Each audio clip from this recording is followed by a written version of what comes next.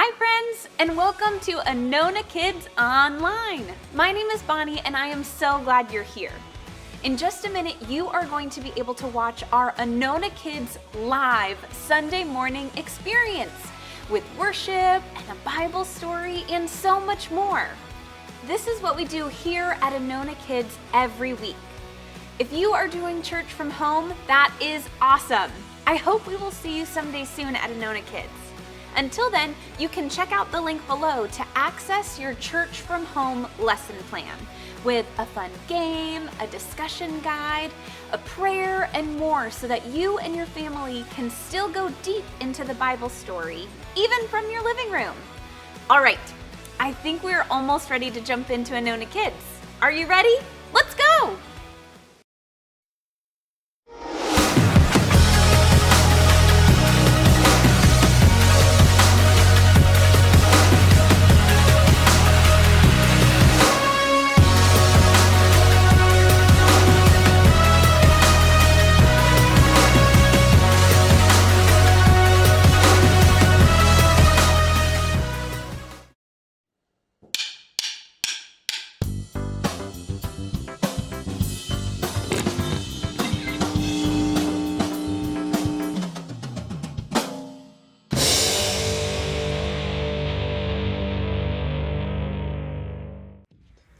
What can you control? A paintbrush, a video game, a basketball, a drone.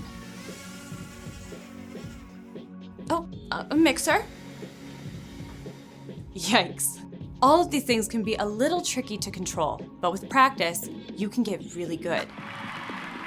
But you know what's the toughest thing to control? You. Some days, it feels like your thoughts, your words, and your actions are all running away with you. But with God's help, you can learn to control you. It starts with inviting God into your thoughts, planting His words in your heart, stopping to think before you speak, choosing to reflect before you act. Through the power of God's Spirit, you can speak and act in a way that shows love to others and to God. You can choose every day to live His way. That's why showing self-control is an amazing way to worship God with your life. Because worship is about more than just singing loud. It's all about living loud.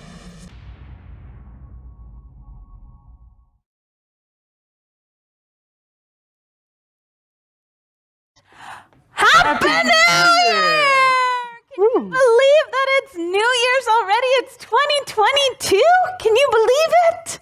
Oh my goodness, I'm so excited. I'm so happy to see you here. My name is Bonnie, and I'm the director of Anona Kids, and this is Corey. Hey. And we are so happy that you could be here with us today to celebrate. And so I thought that we could start off our year this year with a little celebrating. Do you think that we can count down and celebrate New Year's together?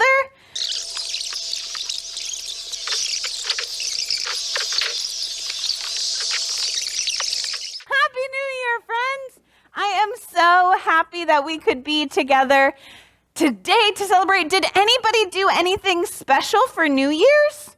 Did you stay up late to watch the fireworks? Did you watch the ball drop? Did you count down? How many of you guys stayed up late? Did you stay up very late? All right. How many of you guys made a New Year's resolution? Did you set goals for this year, make a New Year's resolution? What about you, Corey? For the new year, I decided that I am going to start reading more. Yes. So every month, I'm going to read at least one book. So New Year's is kind of like a time to have a fresh start, make a plan, and decide you are going to stick to it, even if it's really hard. Mm-hmm. It's like starting a new habit to choose to be healthier, or resolving to be nicer to your sister, or just deciding maybe you need to eat a little more broccoli, even if you really hate broccoli. I hate broccoli. Yeah, me too. Can you guys set those down for right now? And speaking of making good choices that are good for you, let's review the Anona Kids can-dos. Can-dos! These are the things that we can do while we are here in Anona Kids to make sure that we are being awesome to one another and having a great time. So repeat after me. Okay. I can be a good listener. I can be a good listener. I can show respect. I can show respect. I can give God my best. I can give God my best. And I can have the most fun ever. I can have the most fun ever. Yay, nice job. Awesome job, friends. I know that when we totally can do those things, it will make us make sure we have a super awesome time together today. But celebrating New Year's reminds me of our big idea for this month. Every week here in Anona Kids, we learn about God's great big love and something called the big idea. And the big idea is something that God does inside of us to change the world around us. And this month, we are learning all about what it means to live with, drum roll, please, dun, dun, dun, dun, self-control. Self-control means choosing to do what you should, even when you don't want to. Can you guys say that with me? Ready? Let's say it together. Self-control. Choosing to do what you should, even when you don't want to. Self-control can be really tough sometimes, especially when you're trying to eat broccoli, but all you really want is that chocolate chip cookie. I hate broccoli. Let's be honest. Sometimes it's really hard to have self-control. I mean, I know I should just stop at one cookie, but I don't want to. No. I know I should take a break from my video game, but I know I'm just so close to unlocking that next level. There will always be times when you don't really want to stop. But here's the good news. You don't have to let these moments control you. Right. You have more control than you might think. Yes. That's awesome. You see, you are in control of the way you act, right? The choice is yours. And you can choose self-control even when you don't want to, because God is always there to help you, to be there with you. And we know with God's help, we can stay in control even when it's difficult. You know what else we're in control of? We are in control of the attitude we bring when we come here to Anona Kids, when we sing and worship God, and we can make the most of this time that we have together. So let's go ahead and get ready for our time of worship. All right? Yeah. Awesome. So we get to kick off this year by celebrating and remembering all the awesome things that God has done and all that God does in our lives. And so we have a brand new song today called Your Way. And this song is all about how we can choose to live life God's way. So go ahead and stand up. If you don't know it, that's okay. Just follow along as best as you can. Let's sing it and dance together.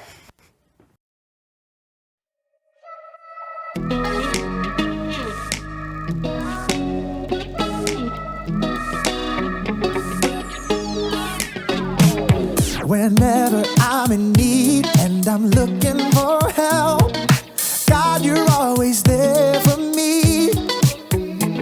Wherever you lead me, I can follow you. God, you're always there for me. Oh, God, you're always there for me. Help me believe you know what's best for me. I feel it in my soul when you are in control. I got one life to live and I wanna live it your way. Oh yeah, I do what I should do when you help me choose. I got one life to live and I wanna live it your way. Oh yeah, I got one life to live and I wanna live it your way. Oh yeah, one life to live and I wanna live it your way. Whenever I'm lost and I don't know where to turn, God, you're always there for me. Wherever I go, you're always by my side.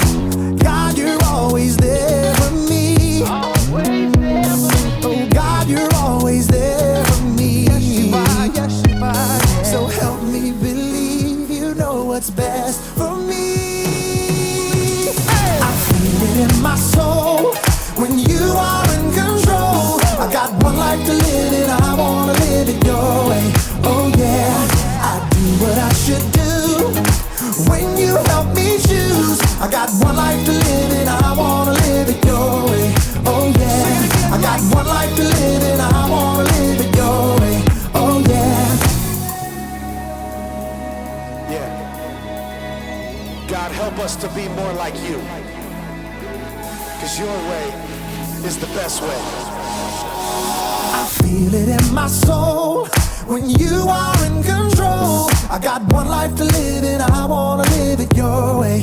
Oh yeah, I do what I should do.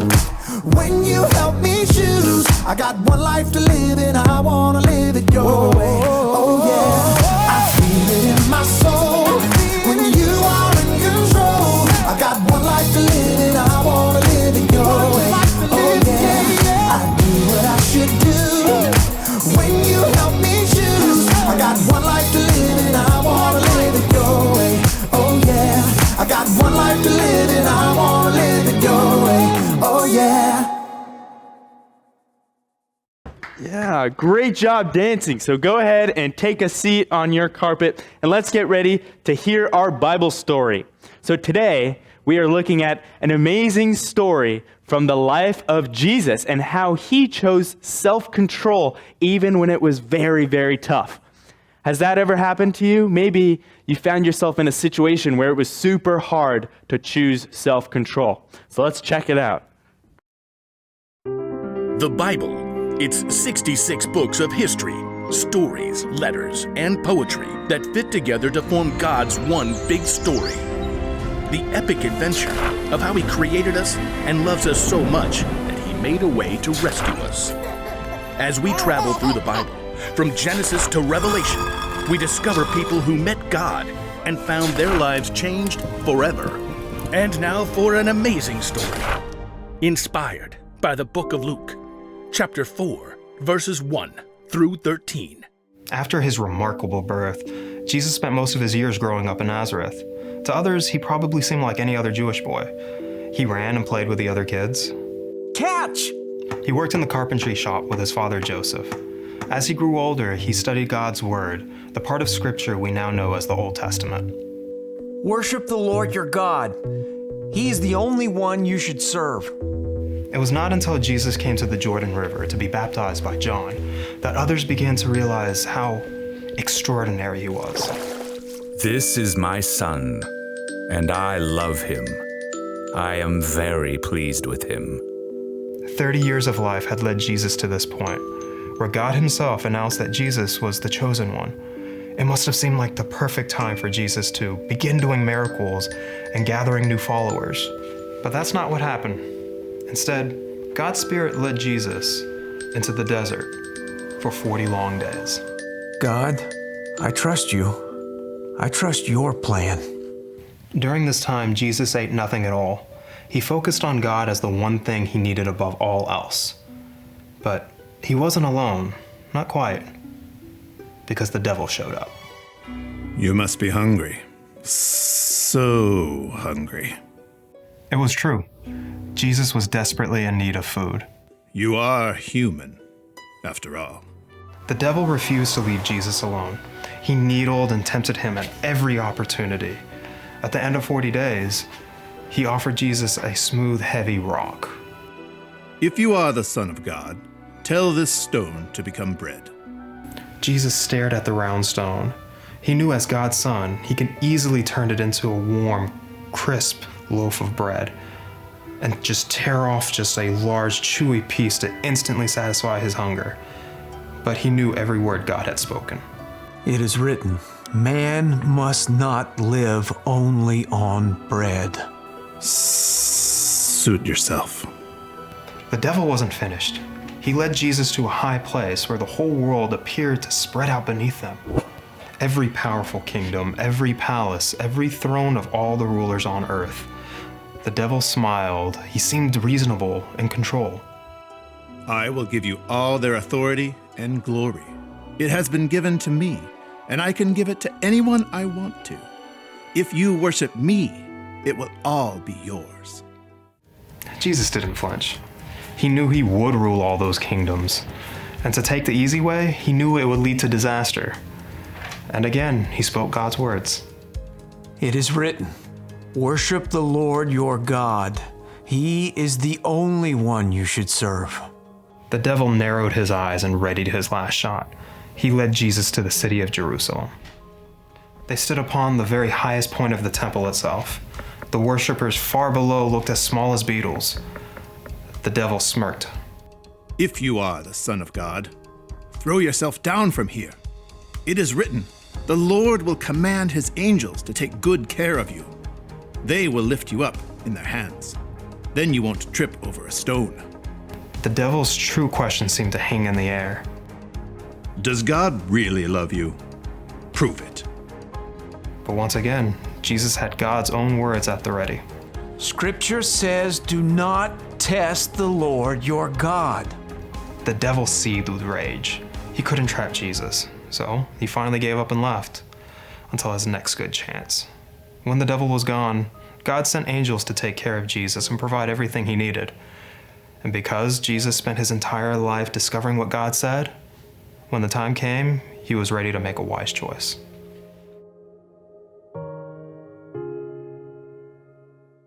What did you guys think about that story? That's pretty crazy to hear about how Jesus was tempted by the devil. Isn't that so crazy? You know, the devil could see that all of his tricks and the schemes that he had planned, they weren't going to work on Jesus, huh? They weren't going to work, so he left Jesus until he could find a better time to test him. And so God sent angels to be there to take care of Jesus and provide everything he needed. But did you notice something? Every time the devil came to trick Jesus, Jesus had something that he did every time. Did you catch what he did? What did Jesus do? Do you remember?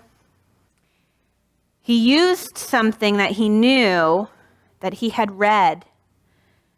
He used scripture. He used the Bible. He used the word of God.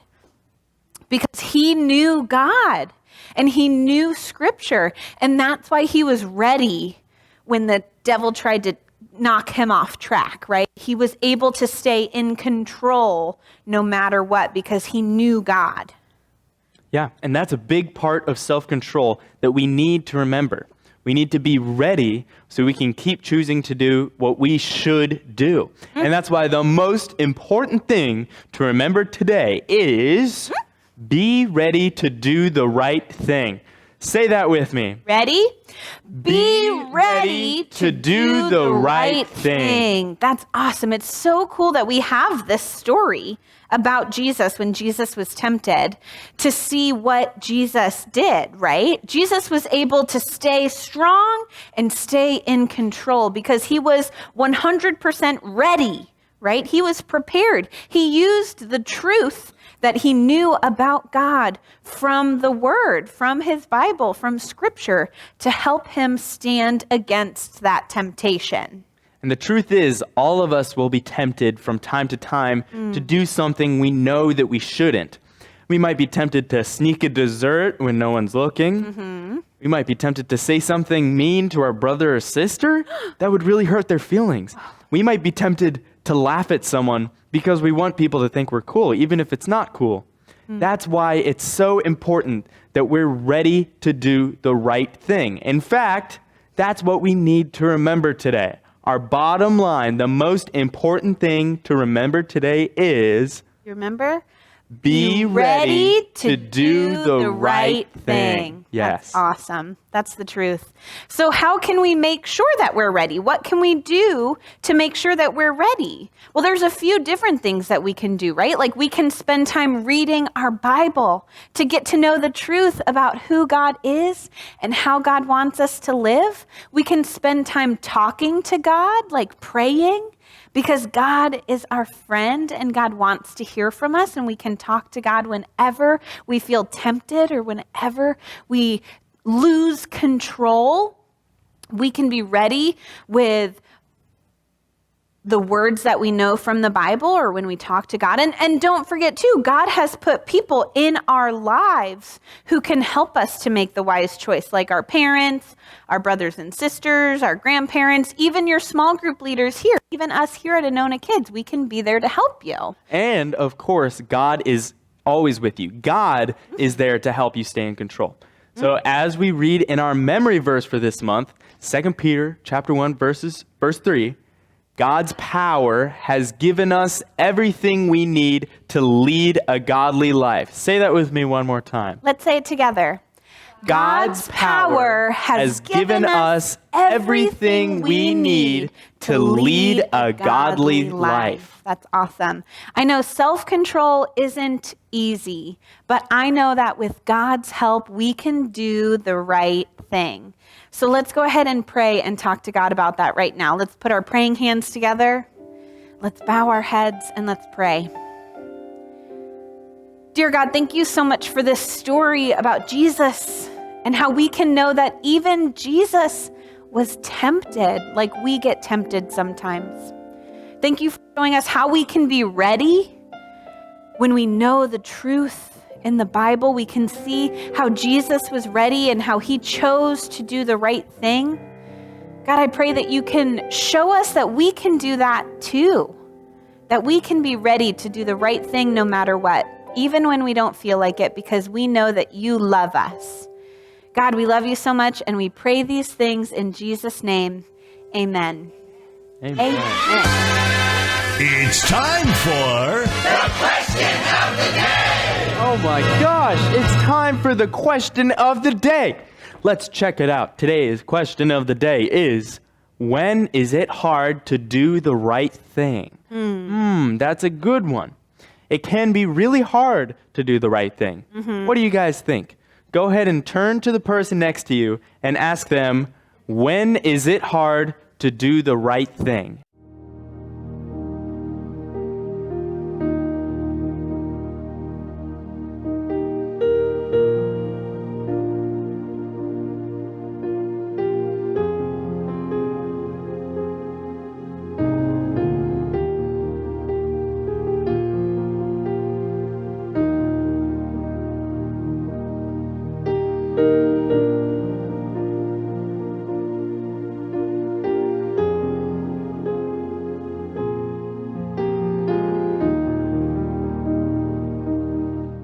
All right, friends, our time of communion together.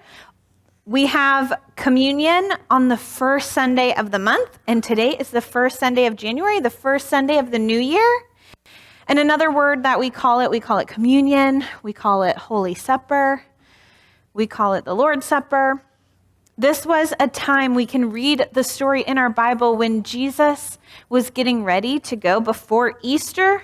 And he was eating dinner with his friends, and he held up a piece of bread, and he said, "Take, eat this in remembrance of me. This is my body broken for you." And then he held up a glass of wine, or in our case, juice, and he said, "Take, drink this, do this in remembrance of me as often as you can. This is my blood poured out for you." So we do this once a month to remember Jesus, to remember what Jesus did for us, to remember that Jesus is always there for us, and that Jesus did this so that we would never be separated from God's love ever again, so that we can always remember how much God loves us. So the first thing we're going to do is we're going to rip off the little piece on top and eat this little tiny piece of bread. It's like a cracker. So you can take that. It's not a normal cracker. Yeah, it tastes funny. It's a different kind of cracker, but you can eat that. It's a cracker. It's a little bit icky. It's not a yummy cracker. That's okay. And then we're going to very carefully pull up the next part, which is the grape juice. So we want to be careful not to spill our grape juice. And together we can take a drink, and we do this to remember God's love and what Jesus did for us. Go ahead and take a drink.